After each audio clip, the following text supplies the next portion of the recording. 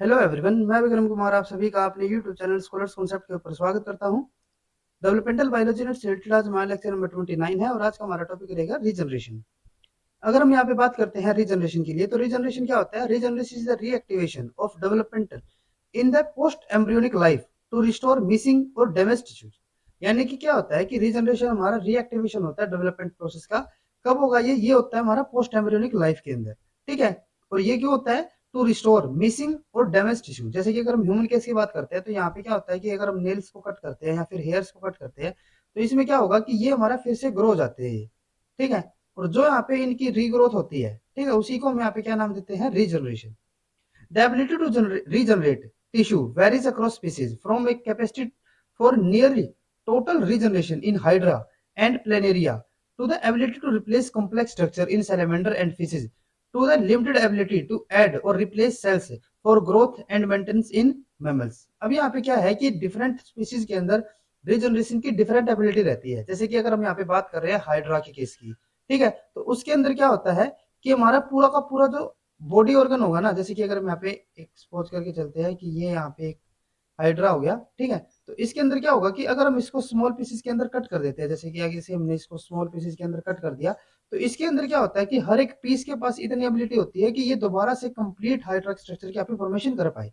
ठीक है। जबकि अगर हम यहाँ पे बात करते हैं सेलेमेंडर के केस की, तो सेलेमेंडर के अंदर क्या होता है कि वो सिर्फ कुछ ही कॉम्प्लेक्स स्ट्रक्चर को यहाँ पे रिप्लेस कर पाते हैं। वो पूरे के पूरे बॉडी ऑर्गन को यहाँ पे कंप्लीट स्ट्रक्चर को यहाँ पे रिप्लेस नहीं कर पाएंगे, वो सिर्फ कुछ कॉम्प्लेक्स स्ट्रक्चर को यहाँ पे रिप्लेस कर पाते हैं। जबकि अगर हम यहाँ पे बात कर रहे हैं मैमल्स के केस की, तो मैमल्स के अंदर क्या होता है कि यहाँ पे जो हमारी रीजनरेशन होती है वो सिर्फ लिमिटेड कुछ ही ऑर्गन की होगी। ठीक है। यानी कि यहाँ पे जो हमारी, अगर हम बात कर रहे हैं कि रीजनरेशन की जो एबिलिटी है वो हमारी कंटिन्यू डिक्रीज होती जा रही है। अगर हम हाइड्रा के केस की बात करें तो वो पूरी की पूरी बॉडी ऑर्गन यहाँ पे बना सकते थे। अगर हम यहाँ पे सेलेमेंडर या फिर फिश की बात करें, तो यहाँ पे जो उनकी रीजनरेशन की एबिलिटी होती है वो सिर्फ कुछ कॉम्प्लेक्स ऑर्गन तक ही रहेगी। और अगर हम यहाँ पे मैमल्स की केस की बात करते हैं, तो यहाँ पे वो सिर्फ कुछ टिश्यू या फिर कुछ ऑर्गन्स को यहाँ पे क्या कर पाते हैं? रिप्लेस कर पाते हैं। ठीक है। जैसे कि अगर हम यहाँ पे हाइड्रा की केस की बात करें, तो entire individual from A small fragment, यानी कि एक स्मॉल फ्रेगमेंट से भी क्या हो सकता है? इंटायर इंडिविजुअल की फॉर्मेशन यहाँ पे हो सकती है, उसकी रीजनरेशन यहाँ पे हो सकती है। अगर हम यहाँ पे बात करें प्लेनेरिया की, wall interior and posterior half of the body, इसमें क्या होगा कि हम पूरा का पूरा इंटीरियर या फिर पूरा का पूरा पोस्टीरियर हाफ की यहाँ पे रीजनरेशन हो सकती है। अगर यहाँ पे फिश और एम्फीबियन की बात करें, तो यहाँ पे full limbs, tails, lens, CNS, heart and other organ, इनकी यहाँ पे क्या हो सकती है? दोबारा से रीजनरेशन हो सकती है। और मैमल्स के केस में सिर्फ कुछ ऑर्गन ही है, ठीक है, जिनकी यहाँ पे रीजनरेशन पॉसिबल हो सकी। अब यहाँ पे जो हमारी रीजनरेशन होती है, तो रीजनरेशन के डिफरेंट टाइप्स होते हैं और उसमें से चार हमारे मेजर टाइप है। सबसे पहला यहाँ पे आता है stem cell mediated regeneration, second है यहाँ पे एपिमॉर्फोसिस, देन उसके बाद मोर्फोलैक्सिस, और लास्ट हमारा यहाँ पे आता है कंपनसेटरी रीजनरेशन। तो अगर हम यहाँ पे एक एक करके इनके बारे में पढ़ते हैं, तो जो हमारी यहाँ पे स्टेम सेल मेडिएटेड रीजनरेशन होती है, उसमें क्या होता है? In this type of regeneration stem cell allow an organism to regrow certain organ और tissue that have been lost. अब इसमें क्या होता है कि जो हमारी ये स्टेम सेल मेडिएटेड रीजनरेशन है, इसके अंदर क्या हो सकता है कि हमारे जो स्टेम सेल होते हैं ना, ठीक है, जहां से हमारे ऑर्गन्स, पर्टिकुलर ऑर्गन की यहाँ पे फॉर्मेशन होनी है, ठीक है, तो इसके अंदर क्या होता है कि जो हमारे स्टेम सेल होते हैं वो ऑर्गेनिज्म को अलाउ करते हैं कि पूरा का पूरा वो ऑर्गन को दोबारा से बना पाए जो कि वहां पे लॉस हुआ है। ठीक है। जैसे कि अगर हम यहाँ पे बात कर रहे हैं कि regrowth of hair shaft from follicular stem cells in the hair buzz, replacement of blood cell from hematotic stem cell in the bone marrow। तो जैसे कि बोन मैरो के अंदर यहाँ पे ब्लड सेल्स हमारे कंटिन्यू रिप्लेस होते रहते हैं, जैसे कि क्या होगा कि स्टेम सेल्स हमारा उसकी जो एबिलिटी होगी किसी पर्टिकुलर टिश्यू की या फिर किसी स्ट्रक्चर की फॉर्मेशन करने की, वो क्या रहेगी? उसकी मेंटेन रहेगी। और ये क्या करता रहेगा? कंटिन्यू डिवाइड भी होता रहेगा और अपने जो इसकी यहाँ पे पोटेंशियल रहेगा, ठीक है, उस स्ट्रक्चर की फॉर्मेशन की, वो भी क्या कर रखा है? इसको मेंटेन करता रहेगा। यानी कि एक साइड तो ये क्या कर रहा है? उस पर्टिकुलर टिश्यू की फॉर्मेशन भी कर रहा है और खुद की एबिलिटी को यहाँ पे भी मेंटेन भी करके चल रहा है। ठीक है। तो इस तरीके से क्या होता है कि अगर यहाँ पे हम इसका लॉस भी कर देते हैं, जो इसने यहाँ पे स्ट्रक्चर बनाई है, ठीक है, तो भी क्या रहेगा कि इसकी जो यहाँ पे पोटेंशियल रहेगा ना उसी स्ट्रक्चर की फॉर्मेशन की, ये कंटिन्यू रहेगा। तो जैसे यहाँ पे इसका लॉस होगा, तो ये क्या कर देगा? दोबारा से इसको बढ़ा देगा। ये हमारा कौन सा होता है? Stem cell mediated. यानी कि इसके अंदर जो हमारे यूज होंगे ना, वो कौन होते हैं? स्टेम सेल्स होंगे। ठीक है, जो कि अपने डिफरेंशिएशन का जो इनका पोटेंशियल रहेगा वो उसको मेंटेन करके चलेंगे। अब उसके बाद नेक्स्ट हमारा यहाँ पे टाइप आता है एपिमॉर्फोसिस। इसके अंदर क्या होता है? In this type adult structure can undergo dedifferentiation to form a relatively undifferentiated mass of cells called blastema. Then that then redifferentiated to form the new structure. अब इसके अंदर क्या होता है कि जैसे यहाँ पे हम सपोज करके चलते हैं कि हमारे कोई अनडिफरेंशिएटेड सेल्स थे, ठीक है, ये हमारे कौन से हो गए, अनडिफरेंशिएटेड, जो हमारे इनिशियली यहाँ पे डेवलपमेंट हो रही थी उस टाइम की मैं बात कर रहा हूँ, ठीक है। ये हमारे क्या होते हैं, डिफरेंशिएशन प्रोसेस के थ्रू डिफरेंशिएटेड सेल्स में हमारे कन्वर्ट हो जाते हैं, ठीक है। और ये जो प्रोसेस होती है ये हमारी कौन सी होती है, डिफरेंशिएशन, ठीक है। जैसे कि हमने स्पेसिफिकेशन के अंदर भी पढ़ा था ना, तो वहां पे हमारे क्या हो जाते थे, डिफरेंशिएशन हो जाती थी। तो ये हमारी प्रोसेस कौन सी हो गई, डिफरेंशिएशन, ठीक है। अब क्या होगा कि जब जहाँ पे किसी पर्टिकुलर ऑर्गन या फिर टिश्यू का लॉस हो जाता है, तो उस केस में क्या होता है कि हमारे जो डिफरेंशिएटेड सेल्स थे जो वहां पे बचे हुए हैं, वे हमारे दोबारा से किसके अंदर कन्वर्ट हो जाएंगे, अनडिफरेंशिएटेड सेल्स के अंदर, ठीक है। और जो ये हमारी प्रोसेस होती है जिसके अंदर क्या होगा कि हमारे डिफरेंशिएटेड सेल्स अनडिफरेंशिएटेड सेल्स के अंदर हमारे कन्वर्ट होते हैं, उसको हम बोलते हैं डी डिफरेंशिएशन। तो ये हमारी कौन सी हो गई, डी डिफरेंशिएशन। ये हमारी कौन सी होती थी, डिफरेंशिएशन, ठीक है। ये हमारी कौन सी हो गई, डिफरेंशिएशन। और ये जो इसकी हमारा रिवर्स होता है उसको हम क्या कहते हैं, डी डिफरेंशिएशन। अब यहाँ पे हमारी किसकी फॉर्मेशन हो चुकी है, दोबारा से अनडिफरेंशिएटेड सेल्स की। और ये हमारे दोबारा से क्या करेंगे, उस पर्टिकुलर ऑर्गन की जिसके अंदर हमारे कुछ टिश्यूज का लॉस हुआ था उसकी दोबारा से फॉर्मेशन करेंगे। और उस प्रोसेस को हम दोबारा से क्या नाम देते हैं, रीडिफरेंशिएशन। यानी कि अब क्या हो रहा है कि हमारे जो अनडिफरेंशिएटेड सेल्स है ना, वे हमारे दोबारा से किसके अंदर कन्वर्ट हो जाएंगे, डिफरेंशिएटेड सेल्स के अंदर, और वहां पे न्यू स्ट्रक्चर की फॉर्मेशन कर देते हैं। और वो हमारी प्रोसेस होती है रीडिफरेंशिएशन, ठीक है। यानी कि हमारे अनडिफरेंशिएटेड सेल्स से जब हमारे यहाँ पे डिफरेंशिएटेड सेल्स बने, तो वो हमारी कौन सी होती है, डिफरेंशिएशन। देन उसके बाद ये हमारे वापस से अनडिफरेंशिएटेड सेल्स में कन्वर्ट हुए, तो वो हमारी कौन सी होती है, डी डिफरेंशिएशन। और ये हमारे अनडिफरेंशिएटेड सेल्स अब दोबारा से जब यहाँ पे डिफरेंशिएटेड सेल्स के अंदर कन्वर्ट होंगे, तो वो हमारी कौन सी होती है, री डिफरेंशिएशन, ठीक है। और ये हमारे कहाँ पे देखने को मिलती है, such regeneration is characteristics of regenerating amphibian limbs. जो एम्फीबियन लिम्स के अंदर यहाँ पे हमारी रीजनरेशन होती है, वो हमारा किसका एग्जांपल होता है, एपिमॉर्फोसिस का। देन उसके बाद थर्ड यहाँ पे टाइप आता है मोर्फोलैक्सिस। इसके अंदर क्या होता है, this type of regeneration occur through the repatterning of existing tissue, transdifferentiation and there is little growth. अब यहाँ पे क्या है, जैसे कि अगर हम यहाँ पे एपिमॉर्फोसिस की बात कर रहे थे, तो यहाँ पे हमारा क्या हो रहा था कि जैसे यहाँ पे हमारा कुछ ऑर्गन्स या फिर कुछ टिश्यू का यहाँ पे लॉस होता है, तो वो हमारे किसके अंदर कन्वर्ट हो जाते हैं, अनडिफरेंशिएटेड सेल के अंदर। किसके थ्रू, डी डिफरेंशिएशन के थ्रू हो रहे थे, ठीक है। लेकिन मोर्फोलैक्सिस के अंदर ऐसा कुछ नहीं होगा। यहाँ पे क्या होता है कि हमारे अनडिफरेंशिएटेड सेल्स थे ओरिजिनली, वे हमारे क्या करते हैं, डिफरेंशिएशन प्रोसेस के थ्रू क्या किसके अंदर कन्वर्ट हो जाएंगे, डिफरेंशिएटेड सेल्स के अंदर। जो हमारी यहाँ पे फर्स्ट वाली स्टेज थी ना, मैं उसी की बात कर रहा हूँ। यहाँ पे हमारा डी डिफरेंशिएशन या फिर री डिफरेंशिएशन अभी तक नहीं आया। यहाँ पे हमारे क्या हो जाता है, डिफरेंशिएटेड सेल्स की फॉर्मेशन होगी। अब यहाँ पे अगर हमारे कुछ टिश्यूज का लॉस हो जाता है यहाँ पे, ठीक है, तो उस केस में क्या होगा कि जो हमारे यहाँ पे एग्जिस्टिंग सेल्स है ना, उन्हीं की क्या हो जाएंगी, यहाँ पे रीपैटर्निंग हो जाएगी।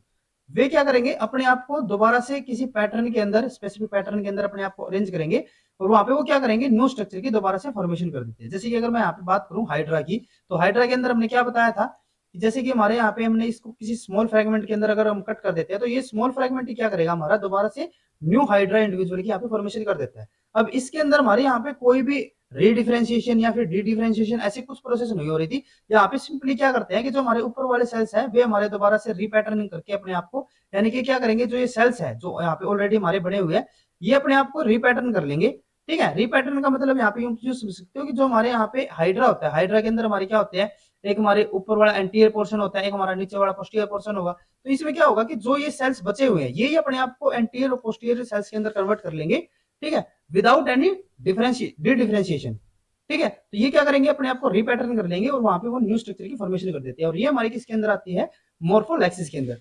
अब आप ना यहाँ पे अगर हमारे जैसे क्वेश्चन आएंगे, तो उसके अंदर क्या होता है कि हमें मैचिंग के क्वेश्चन दिए होंगे, या फिर हमें पर्टिकुलर एपिमॉर्फोसिस के लिए 2 नंबर का हमारा क्वेश्चन आता है। तो उसके अंदर ना आप अगर इसको याद रखना चाहो, तो आप यहाँ पे यूं याद रख सकते हो कि जो हमारे एपिमॉर्फोसिस होंगे, इसके अंदर हमारा क्या होगा, हमारी रीडिफरेंशिएशन और डी डिफरेंशिएशन प्रोसेस होगी। जो हमारी मोर्फोलैक्सिस होती है, इसके अंदर हमारा रीपैटर्निंग होगी।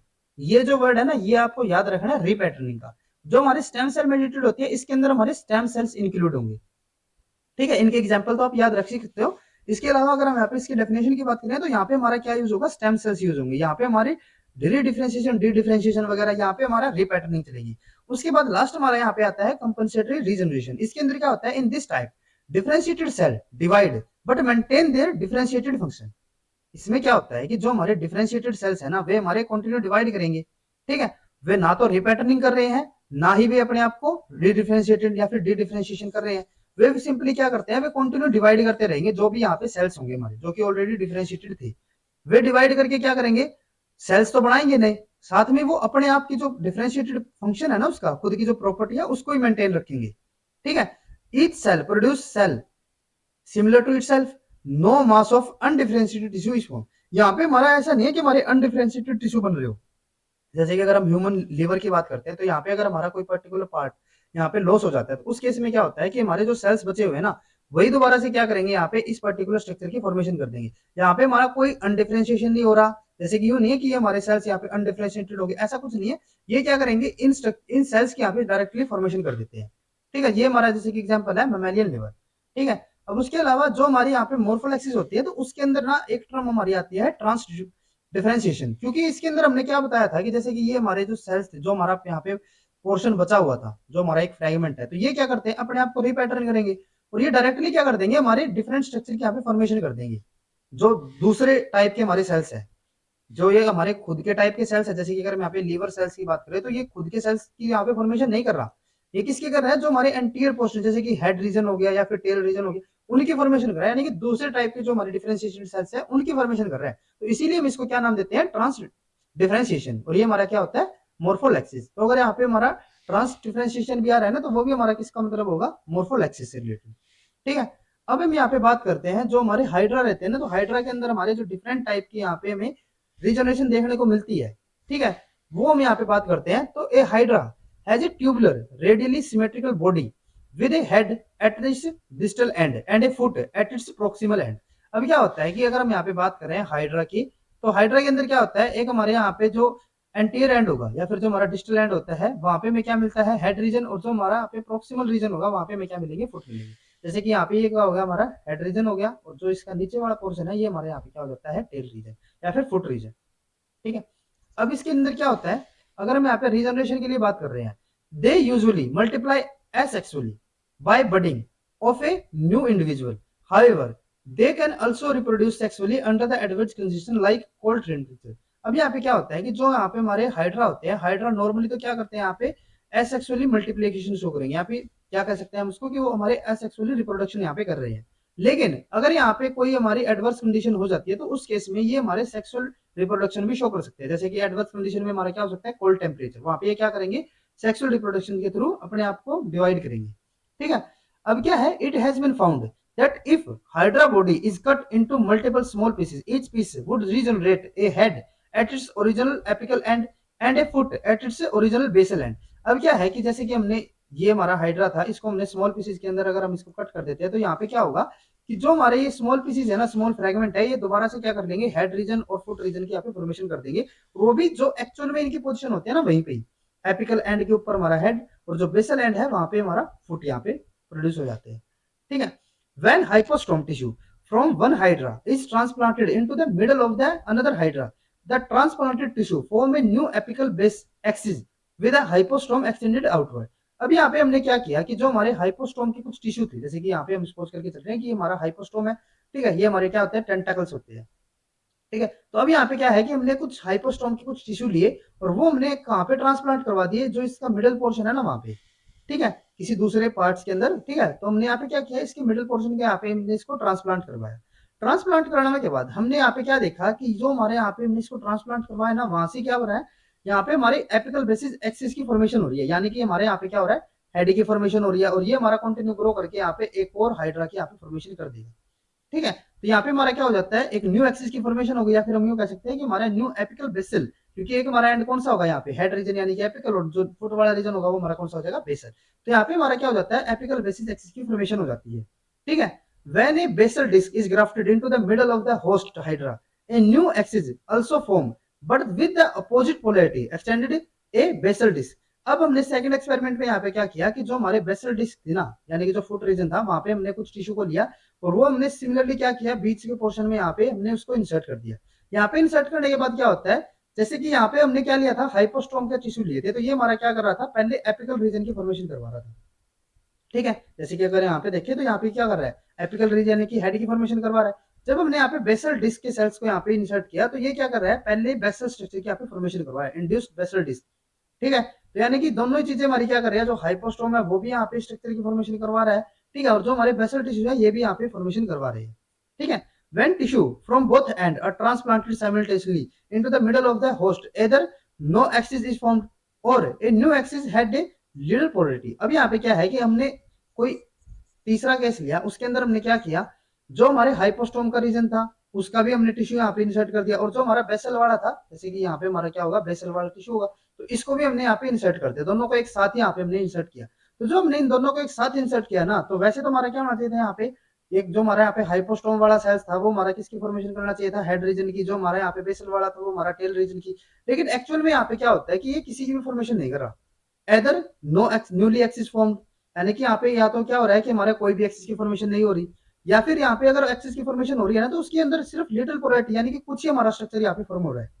ठीक है, तो यानी कि जब हमने सिंपली अगर अलग अलग हमने इनको सेपरेटली यहाँ पे अगर इंसर्ट किया, तो ये क्या कर रहे हैं, हमारी एक्सिस फॉर्मेशन करवा रहे हैं।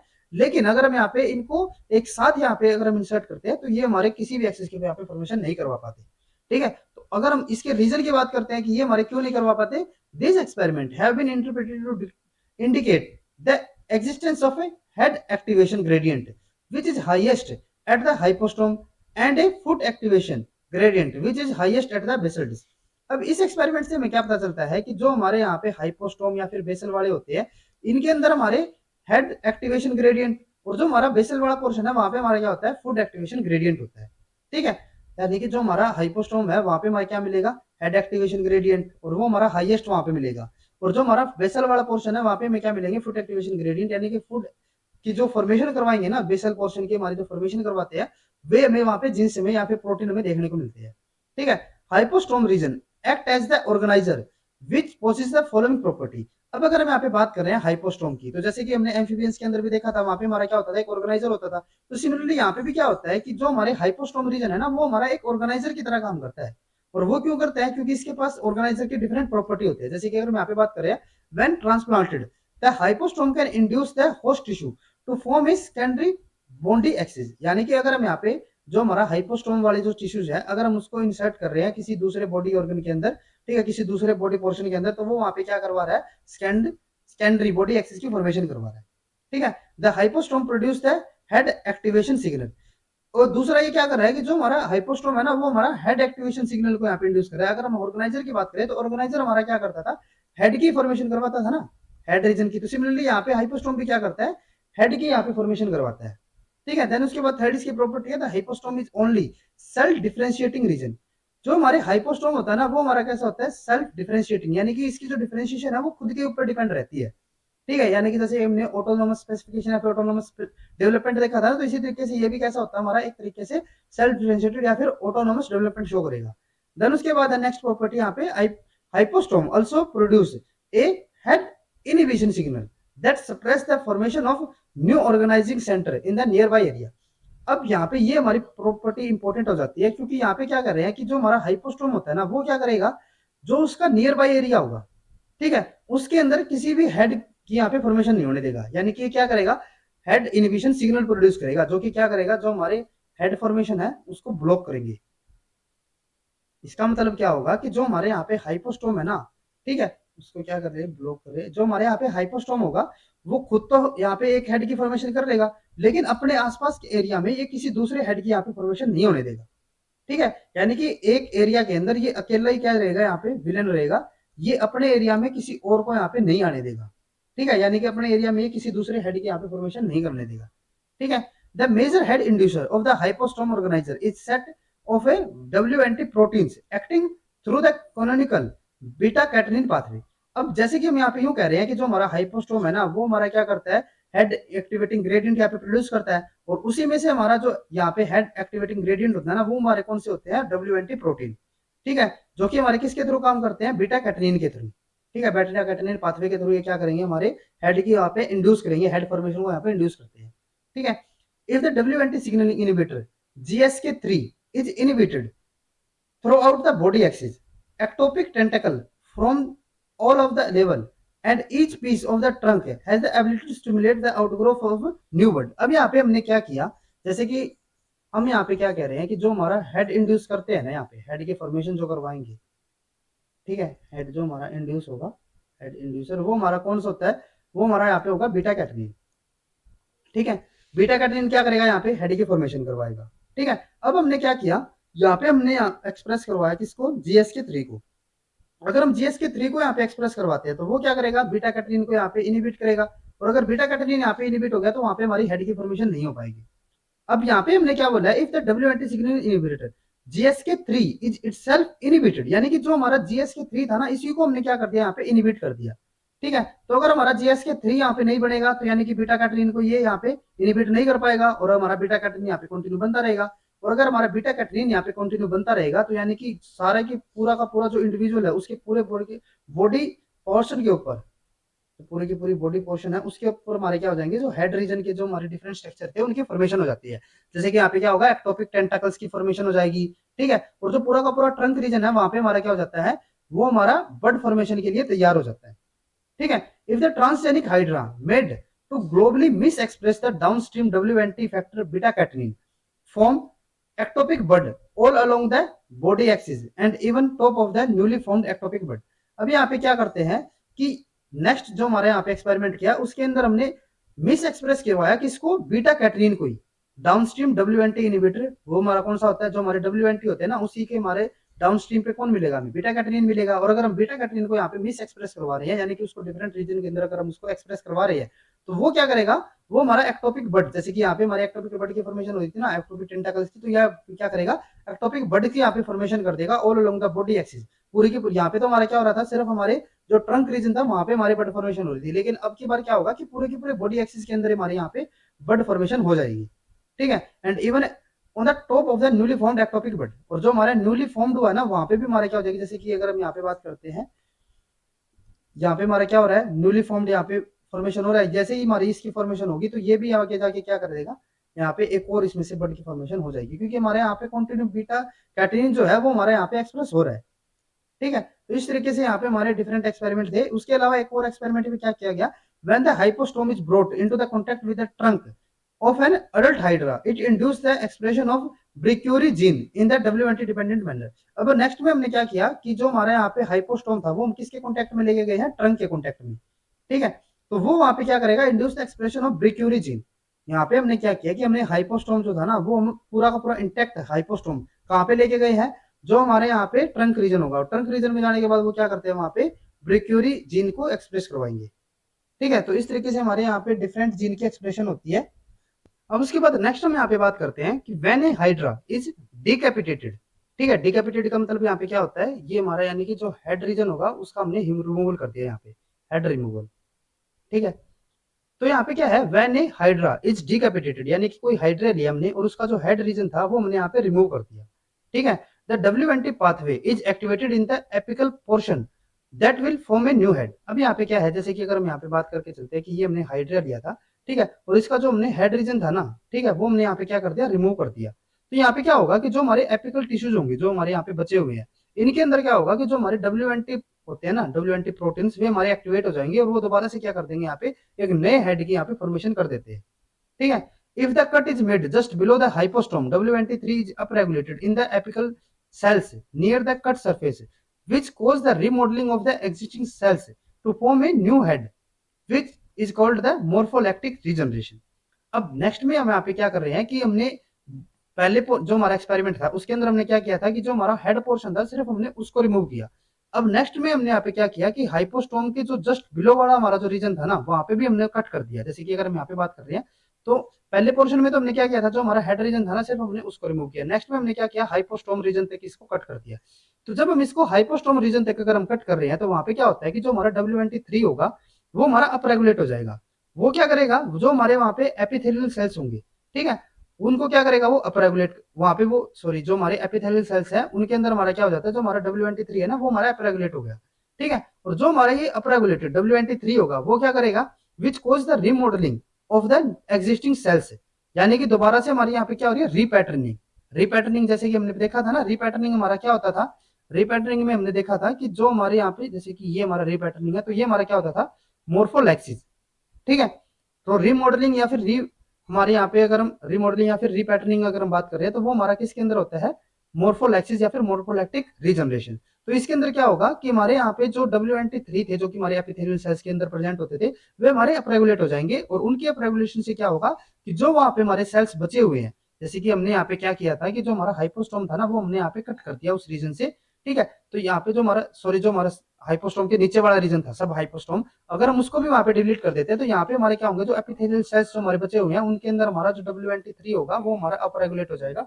और उसकी अप रेगुलेशन से क्या होगा कि हमारे यहाँ पे जो बचे हुए सेल्स है ना उनके अंदर हमारी रीमॉडलिंग हो जाएगी, ठीक है, या फिर रीपैटर्निंग हो जाएगी। और उसके थ्रू क्या हो जाता है, यहाँ पे न्यू हेड की फॉर्मेशन हो जाएगी। और रीमॉडलिंग या फिर रीपैटर्निंग को हम क्या कहते थे, मोर्फोलैक्टिक या फिर मोर्फोलैक्सिस रीजनरेशन, ठीक है। थर्ड एक्सपेरिमेंट में हमने यहाँ पे क्या किया, if the hydra is cut at its mid section the cells derived from the interstitial stem cells undergo apoptosis immediately below the cut site. However, these cells produce a burst of WNT3 before dying, which activate beta-catenin in the interstitial cells beneath them. This beta-catenin surge causes a wave of proliferation in the interstitial cells as well as in the remodeling of the epithelial cells, which is called the epimorphos. अभी यहाँ पे हमने क्या किया कि हमारे जो यहाँ पे हाइड्रा था ना उसको हमने बीच में से ही कट कर दिया, ठीक है। पहले तो हमने सिर्फ हेड को कट किया, देन उसके बाद उसके नीचे वाले पोर्शन को भी कट कर दिया था, देन उसके बाद हमने मिड सेक्शन में इसको अगर हम यहाँ पे कट कर देते हैं तो वहां पे क्या होगा, the cells drive from the interstitial cells stem cells. यहाँ पे हमारे इंटरस्टिशियल स्टेम सेल्स होंगे, वे क्या करेंगे, न्यू सेल्स की यहाँ पे फॉर्मेशन करेंगे, ठीक है। और वो जो हमारे यहाँ पे न्यू सेल्स होते हैं ना वे क्या करेंगे, हमारे एपोप्टोसिस हो जाएंगी, उनकी सेल डेथ हो जाएगी। जो ये हमारी सेल डेथ हो रही है ना उससे पहले क्या करते हैं, ये यहाँ पे WNT का एक बस्ट यानी कि WNT जो हमारे 3 है ना उसको यहाँ पे क्या कर देते हैं, एक्टिवेट कर देते हैं। और जो ये हमारे WNT3 होंगे ये हमारे फर्दर आगे जाके क्या करेंगे, बीटा कैटेनिन को एक्टिवेट कर देंगे। किसके अंदर, जो हमारे इंटरस्टिशियल सेल्स थे, जो हमारे यहाँ पे डेथ हो गई थी ना उनके नीचे जो हमारे यहाँ पे सेल्स बचे हुए थे। जैसे कि अगर हम यहाँ पे जो हमारा बीच वाला पोर्शन था ना, जैसे कि ये हमारा क्या हो गया हेड, जो हमारा बीच वाला ऊपर वाला पोर्शन था ना उसको तो हमने यहाँ पे कट कर दिया। तो यहाँ पे क्या होगा, जो हमारे एपिथेलियल सेल्स होंगे इनके अंदर हमारे जो WNT3 होगा ना वो हमारा यहाँ पे क्या हो जाता है, एक्टिवेट हो जाता है। और वो हमारा क्या करेगा, बीटा कैटरीन को यहाँ पे एक्टिवेट कर देगा। और बीटा कैटरीन किनके अंदर, क्योंकि जो हमारे ऊपर वाले सेल्स थे जिनके अंदर हमारा WNT3 हमारे प्रोड्यूस हुए थे वो तो हमारे यहाँ पे क्या हो गए, डेथ हो गई थी, उनकी एपोप्टोसिस हो गई थी। जो इनके नीचे वाले सेल्स होंगे ना उनके अंदर हमारा क्या हो जाएगा, यहाँ पे बीटा कैटरीन एक्सप्रेस हो जाएगा। और बीटा कैटरीन एक्सप्रेस होने से क्या होगा, surge cause a wave of proliferation in the interstitial cells as well as remodeling of the epithelial cells which is called as the epimorphic regeneration. और इसके अंदर क्या होगा कि जो हमारे बीटा कैटेनिन है ना ये हमारे दोनों चीजें करेंगी, एक तो ये हमारा क्या करेगा, यहाँ पे रिमॉडलिंग भी करेगा, ठीक है। और उसके अलावा ये क्या करता है, यहाँ पे प्रोलिफरेशन भी करवाएगा। और प्रोलिफरेशन का मतलब यहाँ पे क्या होता है, जैसे कि हमारे जो डिफरेंशिएटेड सेल्स थे वे हमारे दोबारा से क्या करेंगे, डी डिफरेंशिएटेड सेल्स के अंदर कन्वर्ट हो जाएंगे, यानी कि undifferentiated cells de differentiation process के थ्रू। और ये हमारे दोबारा से क्या हो जाएंगे, डिफरेंशिएटेड सेल्स के थ्रू ये क्या कर लेंगे, यहाँ पे एक न्यू हेड की फॉर्मेशन कर देते हैं, या फिर जो हमारे डिफरेंट स्ट्रक्चर थी जिनका यहाँ पे लॉस हुआ था उनकी यहाँ पे फॉर्मेशन कर देते हैं, ठीक है। तो ये हमारी कौन सी होती थी, एपिमॉर्फिक रीजनरेशन। तो यानी कि हमारे यहाँ पे दोनों टाइप की हमें रीजनरेशन देखने को मिल रही है। अगर हम सिर्फ ऊपर वाले पोर्शन को डिलीट कर रहे हैं, ठीक है, हाइपोस्टोम के जस्ट बिलो वाले रीजन को, तो वहां पे हमारा क्या होगा, मोर्फोलैक्टिक। और अगर हम थोड़ा सा और पोर्शन यानी कि बीच में से अगर हम उसको कट कर रहे हैं तो वहां पे हमारा क्या होता है, मोर्फोलैक्सिस तो होगा ही, साथ में वहां पे क्या होगा, एपिमॉर्फिक रीजनरेशन भी हमें देखने को मिलेगी। और मेजर वहां पे कौन सी रीजनरेशन होती है, एपिमॉर्फिक रीजनरेशन, ठीक है। तो इस तरीके से हाइड्रा के अंदर हमारे डिफरेंट केस हमें देखने को मिलते हैं। अब उसके बाद और हमारे कुछ एग्जांपल्स है यहाँ पे टिश्यू प्लांटेशन की। तो जैसे कि अगर हम यहाँ पे बात करते हैं तो यहाँ पे क्या है, when an intact hypostome is grafted adjacent to the amputation site. अब एम्पुटेशन क्या होता है, जिसके अंदर हम कुछ बॉडी पोर्शन को यहाँ पे डिलीट कर देते हैं, ठीक है। जैसे कि अगर हम यहाँ पे बात करते हैं तो यहाँ पे हमने क्या किया, ये हमने कोई रिसीवर ले रखा है, ठीक है, जिसके अंदर हमारा क्या होगा, जो भी हम यहाँ पे ट्रांसप्लांट करवाएंगे ना तो वो हमारा इसके ऊपर यहाँ पे आ जाएगा, ठीक है। तो यहाँ पे हमने क्या किया कि हमने इसको कुछ पोर्शन को यहाँ पे कट कर दिया, ठीक है। और हमने क्या किया, normal regeneration of the hypostome is inhibited. हमने यहाँ पे क्या किया, जैसे कि ये हमारा डोनर हो गया, डोनर हाइड्रा, इसका जो हाइपोस्टोम था ना इंटैक्ट हाइपोस्टोम, यहाँ पे आपको पॉइंट याद में रखना है कि हमने इंटैक्ट हाइपोस्टोम लिया है, सिर्फ हाइपोस्टोम की टिश्यू नहीं ली हमने यहाँ पे। हमने यहाँ पे क्या किया कि हाइपोस्टोम का इंटैक्ट पोर्शन ले लिया। और जब हम यहाँ पे इसको इंसर्ट करवा रहे हैं, ठीक है, तो यहाँ पे हमारा जो नॉर्मल यहाँ पे रीजनरेशन होनी चाहिए थी हाइपोस्टोम की वो हमारी क्या हो जाती है, यहाँ पे इनहिबिट हो जाती है, यहाँ पे हमारा कोई भी हेड फॉर्मेशन नहीं हो पाएगी, ठीक है। तो यानी कि जो हमारा ये इंटैक्ट हाइपोस्टोम था इसके अंदर हमारे कुछ यहाँ पे ऐसे फैक्टर होंगे जो कि हमारे यहाँ पे हेड फॉर्मेशन को यहाँ पे नहीं होने दे रहे, ठीक है। ये तो हमारा क्या था, हमने यहाँ पे बिल्कुल ऊपर वाला जो पोर्शन था ना ये हमने यहाँ पे बिल्कुल न्यू का न्यू इंटैक्ट कर दिया, ठीक है। तो ये यहाँ पे किसी दूसरे हेड की फॉर्मेशन नहीं होने दे रहा, ठीक है। उसके बाद नेक्स्ट में हमने यहाँ पे क्या किया, if the graft of sub hypostomal tissue is placed in the amputation region of the host hydra, no secondary axis form. Next में हमने यहाँ पे क्या किया कि हमने सब हाइपोस्टोमल, जैसे कि ये वाला जो हमारे सेल्स है ना इन टिश्यू को हमने यहाँ पे इंसर्ट करवा दिया, इसके अंदर जो हमारा हेड वाला रीजन था is placed in the amputation region, ठीक है, यहाँ पे हमने इंसर्ट कर दिया। यहाँ पे जब हमने इनको इंसर्ट किया ना, तो यहाँ पे भी हमारा, जैसे कि यहाँ पे हमारा क्या था, जो हेड रीजन था ना उसको हमने डिलीट नहीं किया था। यहाँ पे तो हमने डिलीट कर दिया था, लेकिन हमने यहाँ पे डिलीट नहीं किया। तो जब हमने यहाँ पे सब हाइपोस्टोमल रीजन को यहाँ पे इंसर्ट करवाया, जिसके अंदर हमारा जो हाइपोस्टोम है, ठीक है, रिसीवर के पास, वो हमारा ऑलरेडी बना हुआ है।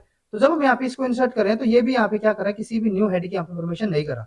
और अगर हम यहाँ पे हाइपोस्टोम की, जब हमने ऑर्गेनाइज के साथ उसकी कैरेक्टरिस्टिक्स बताई थी, ठीक है, जब हमने हाइपोस्टोम की कैरेक्टरिस्टिक्स बताई थी ना, तो वहां पे हमने क्या बताया था कि जो हमारा हाइपोस्टोम होता है ना, वो हमारा क्या करता है, हेड रीजन की फॉर्मेशन करेगा, ठीक है, सेकेंडरी एक्सिस की वहां पे फॉर्मेशन करता है, लेकिन ये तो यहाँ पे नहीं करा। तो उसके लिए हमारा एक पॉइंट था कि हमारा जो फोर्थ पॉइंट था ना ऑर्गेनाइजर के लिए, तो फोर्थ पॉइंट में हमने क्या बताया था कि जो हमारा हाइपोस्टोम है ना, वो अपने आसपास किसी दूसरे हेड की भी फॉर्मेशन नहीं होने देगा। यानी कि वो सिर्फ खुद ही एक हाइपोस्टोम की यहाँ पे फॉर्मेशन कर लेगा, हेड की फॉर्मेशन कर लेगा, लेकिन आसपास ये किसी भी हेड की फॉर्मेशन नहीं होने देगा। जैसे कि अगर हम यहाँ पे बात करें कि जो हमारा यहाँ पे सब हाइपोस्टोमल वाला जो यहाँ पे टिश्यू था, ये नॉर्मली तो क्या करना चाहिए था, हमारा यहाँ पे हेड की फॉर्मेशन करना चाहिए था, लेकिन इसके पास ऑलरेडी अपना एक हेड है, तो ये किसी दूसरे हेड को यहाँ पे आसपास के एरिया में नहीं बनने देता।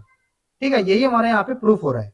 ठीक है, उसके बाद नेक्स्ट में हमने क्या किया, जो हमारे यहाँ पे सी था, the host head appear to make an inhibitor that prevent the grafted tissue from forming a head and secondary axis। तो जैसे हमने यहाँ पे बताया ना कि हमारे यहाँ पे क्या होता है कि जो यहाँ पे हमारा होस्ट हेड होगा ना, जैसे कि ये वाला जो पोर्शन होगा, ये अपने आसपास किसी दूसरे हेड की यहाँ पे फॉर्मेशन नहीं होने देगा। और ये किसके थ्रू कर सकता है, ये यहाँ पे कुछ इनिबिटर ऐसे प्रोड्यूस कर रहा होगा जो कि आसपास में किसी दूसरे हेड की यहाँ पे फॉर्मेशन नहीं होने दे रहा होगा। ठीक है, जो हमारा सी वाला है उसके अंदर हमने क्या किया, if the sub hypostomal tissue is grafted on a decapitated host hydra. Decapitated यानी कि हमने क्या किया, हेड को यहाँ पे रिमूव कर दिया, हेड यहाँ पे नहीं होगा, हाइपोस्टोम यहाँ पे नहीं होगा। और अगर हम यहाँ पे हाइपोस्टोम को अगर हम डिलीट कर देते हैं, ठीक है, तो क्या होगा, सेकेंडरी एक्सिस डज फॉर्म। अब यहाँ पे क्या होता है, जैसे कि हमने यहाँ पे सब हाइपोस्टोमल टिश्यू को लिया और हमने यहाँ पे इंसर्ट कर दिया। ठीक है, अब क्या होगा, यहाँ पे हमारा जो हेड पोर्शन है वो तो हमारा नहीं है यहाँ पे, ठीक है, जो कि यहाँ पे इनिबिशन कर रहा था ना पहले। ठीक है, जब हमारा यहाँ पे हेड प्रेजेंट था तो ये क्या कर रहा था, इसको इनिबिट कर रहा था। अब यहाँ पे हमारा ऐसा तो कुछ है नहीं, तो ये क्या करेगा, ये हमारे यहाँ पे सेकेंडरी एक्सिस की फॉर्मेशन कर देगा, क्योंकि इसको इनिबिट करने के लिए यहाँ पे होस्ट के पास हेड नहीं है। यहाँ पे हमारा हेड नहीं होगा, तो इसीलिए यहाँ पे सेकेंडरी एक्सिस फॉर्मेशन कर देगा। यहाँ पे हेड था तो इसीलिए हमारे यहाँ पे न्यू हेड की यहाँ पे या फिर सेकेंडरी एक्सिस की यहाँ पे फॉर्मेशन नहीं हो पाती। ठीक है, और जो हमारे ये ओरिजिनली बन रहा है ना, ये प्राइमरी हमारी एक्सिस है, यहाँ पे प्राइमरी हेड है यहाँ पे, जो इसका खुद का भी तो यहाँ पे हाइपोस्टोमल रीजन है ना। अगर ये यहाँ पे ना भी होता, ठीक है, जैसे कि अगर हम यहाँ पे सपोज करके चलते अगर ये यहाँ पे ना भी आता ना, तो भी ये क्या करता है, यहाँ पे हेड की फॉर्मेशन कर देता। तो इस तरीके से सिर्फ यहाँ पे सेकेंडरी हेड को दिखाने के लिए हमने यहाँ पे क्या किया, इसकी यहाँ पे इस तरीके से फॉर्मेशन करवाई है। ठीक है, तो यहाँ पे क्या होता है, हमारे दो हेड की यहाँ पे फॉर्मेशन हो जाती है। जब कब होगी, जब हम यहाँ पे हेड को रिमूव कर देंगे, क्योंकि हेड हमारा क्या करता है, दूसरे हेड को यहाँ पे नहीं बनने देगा, वो वहां पे इनिबिटर प्रोड्यूस करेगा। ठीक है, a gradient of this inhibitor appear to extend from the head down the body column and can be measured by grafting subhypostomal tissue into various regions along the trunk of the host hydra. This tissue will not produce a head when implemented into the apical area of the intact host hydra, but it will produce a head if placed lower the host। अब हमने यहाँ पे, जैसे कि अगर हम यहाँ पे बात कर रहे थे, यहाँ पे हमने क्या किया था, यहाँ पे हमारा हेड तो प्रेजेंट था, हमने जो इसका आसपास का रीजन था वहां पे हमने इसको ट्रांसप्लांट करवाया, तो ये यहाँ पे हमारी हेड की फॉर्मेशन या फिर जो हमारा हाइपोस्टोम था उसकी फॉर्मेशन नहीं हो रही थी। क्यों नहीं हो रही थी, कि जो हमारे यहाँ पे ओरिजिनली हेड था, ये यहाँ पे कुछ इनिबिटर प्रोड्यूस कर रहा था, जिससे कि ये यहाँ पे न्यू हेड की फॉर्मेशन नहीं करने दे रहा था। इतना क्लियर था हमें। फिर हमने क्या किया था, हमने यहाँ पे हेड को ही हटा दिया। ठीक है, तो यहाँ पे क्या कर रहा था, हेड की फॉर्मेशन कर पा रहा था। ठीक है, क्योंकि ये हमारा कोई इनिबिटर प्रोड्यूस यहाँ पे नहीं हो रहा था, तो इसीलिए हमारे यहाँ पे सेकेंडरी एक्सिस की फॉर्मेशन हो गई थी। देन थर्ड में हमने यहाँ पे क्या किया है, जो हमारे यहाँ पे फोर्थ वाला है, ठीक है, तो इसके अंदर हमने अब क्या किया, जो हमारे सब हाइपोस्टोमल वाले जो टिश्यू थे ना, हमने यहाँ पे इंसर्ट करवाया किसके अंदर, जो हमारा ट्रंक रीजन है। ठीक है, अभी जैसे हमने आपको बताया था, यहाँ पे क्या होता है कि जो हमारा हेड है ना, जो हमारा हाइपोस्टोम है, वो हमारे कुछ इनिबिटर प्रोड्यूस करेगा। अब वो हमारे जो इनिबिटर होंगे ना, वो जो इसका आसपास का ही रहे होगा, वहां पे ये ज्यादा होंगे। जैसे जैसे हमारा डिस्टेंस ज्यादा होता जाएगा, तो जो इसकी कंसेंट्रेशन होगी इनिबिटर की, वो भी हमारी कम होती जाएगी। यहाँ पे हमारा सबसे ज्यादा कंसेंट्रेशन में होगा। ठीक है, जैसे कि अगर हम यहाँ पे बात करते हैं, यहाँ पे हमारा क्या था, ये सबसे ज्यादा था, फिर ये हमारा कम होता होता, जैसे कि ये अगर मैं यहाँ तक आऊंगा, तो ये जो इसका इनिबिटर था ना, उसका इफेक्ट यहाँ पे नहीं होगा हमारा। और अगर यहाँ पे इसका इफेक्ट ही नहीं होगा, तो अगर मैं इस सब हाइपोस्टोमल टिश्यू को अगर यहाँ पे मैं इंसर्ट कर दूं, जहाँ पे इसका कोई इफेक्ट है ही नहीं, यहाँ तक तो हमारा इफेक्ट था, यहाँ पे भी हमारा इफेक्ट था, यहाँ तक भी इफेक्ट था, अगर मैं यहाँ पे इसको यहाँ पे इंसर्ट कर रहा हूँ, तो यहाँ पे इसका इफेक्ट तो है नहीं अब, तो इसीलिए हमारे यहाँ पे क्या कर देगा, न्यू हेड की फॉर्मेशन कर पाएगा। तो इससे मैं यहाँ पे क्या क्लियर हो गया था कि जो हमारा हाइपोस्टोम है ना, वो हमारा कुछ इनिबिटर यहाँ पे प्रोड्यूस करता है, जो कि आसपास के एरिया में यहाँ पे किसी दूसरे हेड की फॉर्मेशन नहीं करने देगा। ठीक है, अब उसके बाद एक और हमारा यहाँ पे केस आता है, head formation at the base appear to be prevented by the production of the another substance a food activator. अब यहाँ पे क्या है कि जो हमारी यहाँ पे हेड फॉर्मेशन है ना, ठीक है, वो हमारी, अब हम यूं कहें कि जो हमारा बेस वाला पोर्शन है वहां पे हमारा हेड फॉर्मेशन क्यों नहीं हो पाती, या फिर उसको इनहिबिट करने के लिए हमारा क्या होता है कि वहां पे हमारा एक और यहाँ पे एक्टिवेटर होता है, फूड एक्टिवेटर। ठीक है, जैसे कि अगर हम यहाँ पे बात कर रहे हैं, यहाँ पे हमारा ऊपर वाले पोर्शन में क्या होगा, हेड एक्टिवेटर होगा, जो हमारे नीचे वाला पोर्शन है यहाँ पे क्या होता है हमारा फुट एक्टिवेटर। ठीक है, और जैसे जैसे अगर हम यहाँ पे दूसरे पोर्शन में जाएंगे, जैसे कि अगर मैं यहाँ पे बात करूँ तो यहाँ पे हमारा हेड एक्टिवेटर सबसे ज्यादा है, लेकिन यहाँ पे फुट एक्टिवेटर हमारा प्रेजेंट नहीं होगा। ठीक है, अगर मैं नीचे की तरफ जाऊंगा, जैसे कि अगर हम यहाँ पे बात कर रहे हैं, ठीक है, तो जो हमारा हेड वाला पोर्शन होगा ना, ये हमारा कौन सा हो जाता है, फुट वाला पोर्शन। ठीक है, तो जो हमारे फुट एक्टिवेटर होगी वो हमें कहाँ पे मिलेंगे, जो हमारा फुट वाला रीजन होगा, जो हमारा हेड वाला रीजन होगा, जैसे कि ये हमारा हो गया फुट वाला, और जो हमारा हेड वाला जो एक्टिवेटर होगा वो हमें कहाँ पे मिलेगा, हेड वाले रीजन के अंदर। ठीक है, और जहाँ पे दोनों की हमारी कंसेंट्रेशन बिल्कुल कम हो जाती है, वहां पे हमारा क्या हो जाता है, बड की फॉर्मेशन होगी। ठीक है, तो यहाँ पे क्या होता है कि ये हमारे जो यहाँ पे हेड फॉर्मेशन है वो हमारे बेस के ऊपर कौन प्रिवेंट करता है, जो हमारे यहाँ पे फुट एक्टिवेटर होगा, और क्योंकि हमारे यहाँ पे हेड एक्टिवेटर की भी कंसेंट्रेशन कम रह जाती है, तो इसीलिए हमारे बेसल रीजन के अंदर हमारा फुट की फॉर्मेशन यहाँ पे नहीं हो पाती। इन young adult hydras, the gradient of head and foot inhibitor appear to block the bud formation। अब यहाँ पे क्या होता है, जैसे हमने यहाँ पे बताया था आपको, अगर मैं यहाँ पे बात करूं, एक तो हमारा हो गया हेड रीजन, एक हमारा ये हो जाता है फुट वाला रीजन, और हमने क्या बताया कि जो हमारे यहाँ पे हेड एक्टिवेटर होते हैं ना, ठीक है, जो हमारा हाइपोस्टोम होगा वो हमारे कुछ हेड इनिबिटर भी यहाँ पे प्रोड्यूस करेगा। ठीक है, तो अगर मैं यहाँ पे हेड, पहले मैंने कौन से लिए थे, एक्टिवेटर लिए थे, अब मैं यहाँ पे बात कर रहा हूँ इनिबिटर की। तो यहाँ पे क्या होता है कि जो हमारे हेड इनिबिटर होंगे ना, ठीक है, यानी कि ये जिस जैसे जैसे इसकी कंसेंट्रेशन अगर हम देखें हेड रीजन में तो इसकी हाईएस्ट होगी, लेकिन जैसे जैसे मैं टेल रीजन में जाऊंगा तो इसकी जो कंसेंट्रेशन होगी वो हमारी कम होती जाएगी।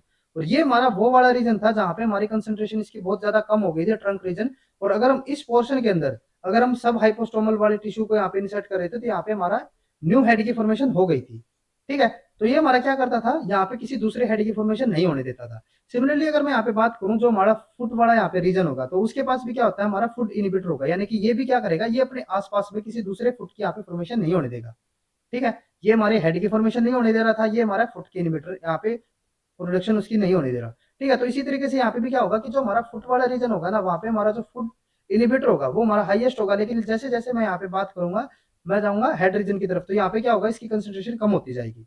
ठीक है, अब यहाँ पे क्या होता है, in young adult hydra the gradient of head and foot inhibitor appear to block the bud formation.